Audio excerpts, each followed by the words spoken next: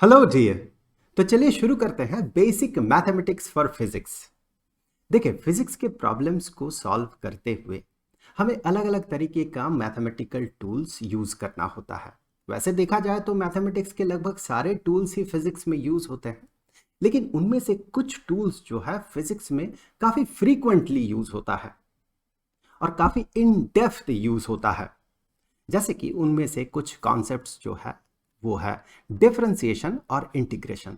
इनका use physics में खूब होता है, काफी फ्रीक्वेंटली होता है, और इनके बिना फिजिक्स जो है वो फिजिक्स अंधा हो जाता है। फिजिक्स के प्रॉब्लम हम सॉल्व ही नहीं कर सकते हैं। यहाँ पर इस लिस्ट में आपको कुछ मैथमेटिकल टूल्स दिख रहे हैं। इन टूल्स का यूज फिजिक्स के प्रॉब्लम को सॉल्व करते हुए खूब ज़्यादा होता है। यहाँ पर आप देखिए ट्रिगोनोमेट्री और ग्राफ, इसके बारे में आपको बेसिक आइडिया स्टैंडर्ड 9th और स्टैंडर्ड 10th में मिल चुका होगा। तो ये जो टॉपिक्स हैं, इन टॉपिक्स में हमारा मेन फोकस नहीं होगा इस सीरीज में, बल्कि हमारा फोकस उन टॉपिक्स में होगा जिसके बारे में आपको किसी भी तरह का आइडिया स्टैंडर्ड 9th और स्टैंडर्ड 10th में नहीं मिला हो। उनमें से कॉन्सेप्ट्स जो है वो है लॉगरिदम, डिफरेंशिएशन, इंटीग्रेशन और मैक्सिमा मिनिमा। यहाँ पर आप देखिए, ये जो डिफरेंशिएशन और इंटीग्रेशन है, चलिए ये एक ओवरव्यू है, इस पूरे सीरीज का ओवरव्यू है, तो मैं थोड़ा सा इनके बारे में मैं आपको बता देता हूँ। और चूंकि ये फिजिक्स के सेंस में हम इस सीरीज को पढ़ने वाले हैं, सीखने वाले हैं, तो फिजिक्स के ही सेंस में हम इसे देखने वाले हैं कि ये एक्चुअली है क्या, ये करता क्या है। Differentiation, integration, maxima minima, logarithm, ये सब करता क्या है।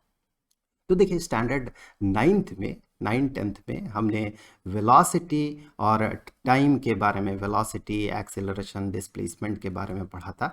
तो अगर मान ले ये जो हॉरिजॉन्टल एक्सिस है ये टाइम को रिप्रेजेंट कर रहा है, और ये वर्टिकल एक्सिस अगर वेलोसिटी को रिप्रेजेंट कर रहा है, और अगर वेलोसिटी का हम एक ग्राफ बनाते हैं और ये ग्राफ इस तरह का स्ट्रेट लाइन बनता है, तो हमें पता है कि ये जो लाइन है इसका जो स्लोप होता है वो स्लोप इसके एक्सीलरेशन को इंडिकेट करता है।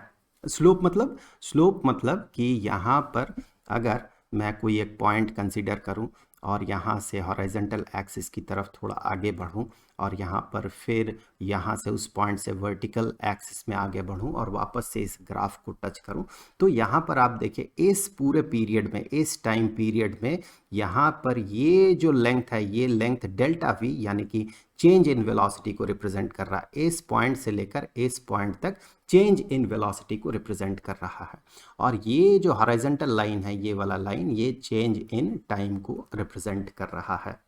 तो यहाँ पर delta we divided by change in velocity divided by delta T change in time, ये जो होता है ये एक्सेलरेशन के बराबर होता है। तो यहाँ पर ये जो है delta we divided by delta T, इसी को इस स्ट्रेट लाइन का स्लोप कहा जाता है। तो ये जो स्लोप है, ये स्लोप एक्सेलरेशन को इंडिकेट करता है।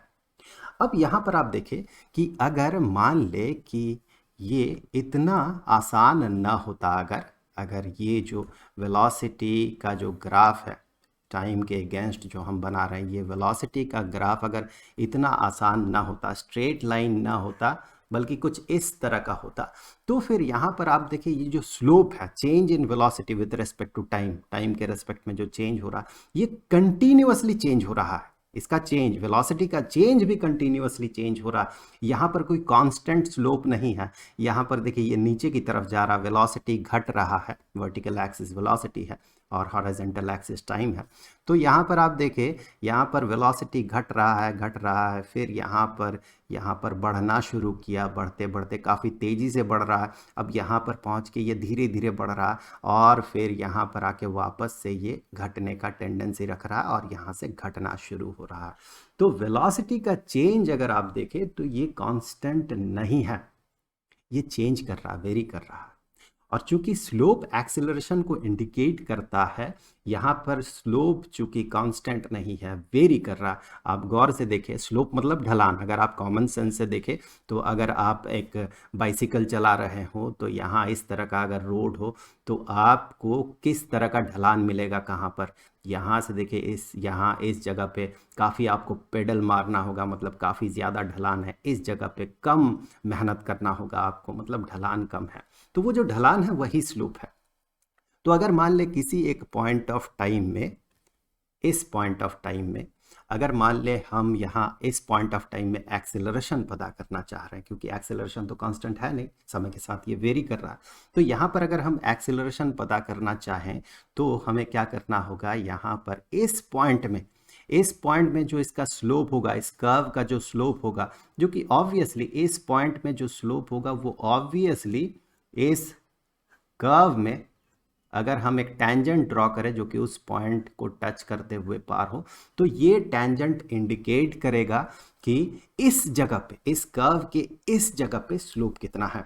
और यही स्लोप हमें बताएगा कि उस पॉइंट में एक्सेलरेशन कितना है। यहाँ पर देखिए एक्सेलरेशन ज़्यादा है, वेलोसिटी काफ़ी तेज़ी से चेंज हो रहा है, लेकिन अगर आप इस जगह पे देखें तो वेलोसिटी उतना तेज़ी से चेंज नहीं हो रहा है। यहाँ पर ढलान देखें कम है, यहाँ पर स्लोप देखें, ये स्लोप यहाँ पर कम होगा, ढलान कम होगा। तो ये जो स्लोप पता करना है एक कर्व का, यही स्लोप पता करने का जो तरीका है ये हम डिफरेंशिएशन में जाके सीखते हैं। डिफरेंशिएशन बेसिकली इसी स्लोप को पता करता है, जहाँ पर कि ये जो ग्राफ है ये अगर स्ट्रेट लाइन ना हुआ, कर्व्ड लाइन हुआ, तो फिर अलग अलग समय में, इस सेंस में अगर देखें वेलोसिटी टाइम ग्राफ के सेंस में देखें तो अलग अलग समय में कितना वेलोसिटी है, उसी को पता करने का तरीका है डिफरेंशिएशन। इसके बारे में हम आगे के वीडियोस में काफ़ी डिटेल्स में बात करेंगे। फिलहाल तो ये ओवरव्यू वीडियो है, सीरीज ओवरव्यू वीडियो है, तो हम सिर्फ ओवरव्यू ले रहे हैं कि डिफरेंशिएशन का, इंटीग्रेशन का, मैक्सिमा मिनिमा का काम कहाँ पर है, हम यूज़ कहाँ पर करते हैं। तो यहाँ पर यूज़ होता है डिफरेंशिएशन का। अब वापस से इस ग्राफ में आते हैं। अगर मान ले कहा जाए 0 समय से लेके इतने समय तक, ये मान ले टी1 समय तक ये जो वेलोसिटी है बॉडी का, इस वेलोसिटी के कारण डिस्प्लेसमेंट कितना हुआ, अगर ये पता करना है तो हमें पता है, ये हमने स्टैंडर्ड 9th में देखा था कि इस केस में हम क्या करते हैं, यहाँ ये जो ग्राफ है, वेलोसिटी का जो ग्राफ है, ये टाइम एक्सिस के साथ जो एरिया सबटेंड करता है, यहाँ पर ये ट्रायंगल बन रहा है, ये जो एरिया सबटेंड करता है यही एरिया होता है डिस्प्लेसमेंट। ये हमने स्टैंडर्ड 9th में पढ़ा था। तो इस केस में इसे पता करना बड़ा आसान होता है। यहाँ पर हम सिंपल मेंसुरेशन यूज़ कर सकते हैं। ट्रायंगल का फॉर्मूला जो है, ट्रायंगल का एरिया का जो फॉर्मूला है, उसे यूज़ करके हम ये पता कर सकते हैं कि ये एरिया कितना है। लेकिन यहाँ पर मैं थोड़ा सा इसे मिटा देता हूँ, लेकिन यहाँ पर इस वाले केस में अगर आप देखें तो इस वाले केस में अगर हम ये पता करना चाहें, इस समय से लेकर, फॉर एग्जांपल हम पता करना चाहते हैं इस समय से लेकर इस समय तक, इस वाले समय तक, ये जो टाइम पीरियड है, इस टाइम पीरियड में डिस्प्लेसमेंट कितना है, तो फिर हम कैसे पता करेंगे? यहाँ पर हम सिंपल जो मेंसुरेशन का फॉर्मूला है वो यूज़ नहीं कर सकते हैं, क्योंकि ये जो है कर्व्ड लाइन है। तो यहाँ पर ये जो एरिया सबटेंड कर रहा है, ये इस टाइम रेंज में या टाइम पीरियड में टाइम एक्सिस के साथ जो एरिया सबटेंड कर रहा, ऑब्वियसली वही होगा डिस्प्लेसमेंट। लेकिन इसे पता कैसे किया जाएगा? इसे पता करने का जो तरीका है वही है इंटीग्रेशन। अब यहाँ पर आप देखें, यहाँ वेलोसिटी जो है इस जगह से अगर आप देखना शुरू करते हैं तो यहाँ से वेलोसिटी घट रहा, घटते इस जगह पे आके वेलोसिटी मिनिमम हुआ और फिर बढ़ रहा, बढ़ते इस जगह पे आके वेलोसिटी जो है ये मैक्सिमम हुआ।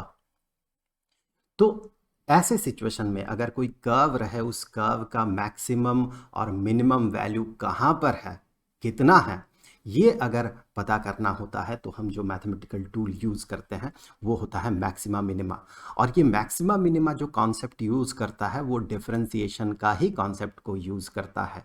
वो तो आगे जब हम मैक्सिमा मिनिमा पे बात करेंगे वहाँ पर हम देखेंगे कि किस तरह से वो डिफरेंशिएशन का कॉन्सेप्ट को यूज़ करता है और कैसे हम मैक्सिमा मिनिमा के कॉन्सेप्ट से मैक्सिमम वैल्यू और मिनिमम वैल्यू एक कर्व का या एक ग्राफ का मैक्सिमम वैल्यू और मिनिमम वैल्यू पता करते हैं। वो तो हम आगे के वीडियोस में देखेंगे।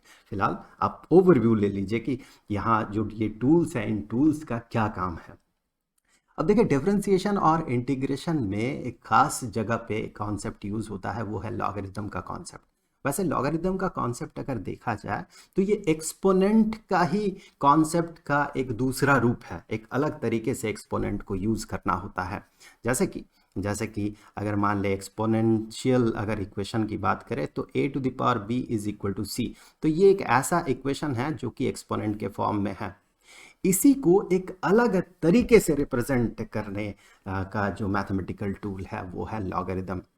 लॉगरिथम हमारे परसेप्शन के कारण एक्सपोनेंट से थोड़ा ज़्यादा फ्रीडम हमें देता है, थोड़ा ज़्यादा हम अलग अलग तरह के फॉर्मूला को यूज़ कर पाते हैं और जो प्रॉब्लम्स हैं उन प्रॉब्लम्स को थोड़ा आसानी से सॉल्व कर पाते हैं। तो लॉगरिथम के बारे में मैं और ज़्यादा बात नहीं करूँगा, क्योंकि अगला वीडियो जो है इस सीरीज़ का, जो नेक्स्ट वीडियो है बेसिकली इन टूल्स को समझने का जो पहला वीडियो है वो लॉगरिथम पे ही होने वाला है। तो अगले वीडियो में हम लोग लॉगरिथम पे थोड़ा डिटेल्स में बात करेंगे। वैसे उतना नहीं बात करेंगे जितना कि आप मैथमेटिक्स के क्लास में जाकर सीखेंगे लॉगरिथम के बारे में। फिजिक्स के लिए जितना ज़रूरी है, फिजिक्स के प्रॉब्लम को सॉल्व करने के लिए जितना ज़रूरी है उतना ही हम इन टॉपिक्स के बारे में जानेंगे और बेसिक ओवरव्यू जो बेसिक अंडरस्टैंडिंग जो है वो हम ग्रो करेंगे। तो उम्मीद है कि ये सीरीज़ आपके लिए हेल्पफुल रहेगा। तो जल्द मिलते हैं अगले वीडियो में लॉगरिथम के साथ। तो तब तक के लिए खुश रहें। Good bye.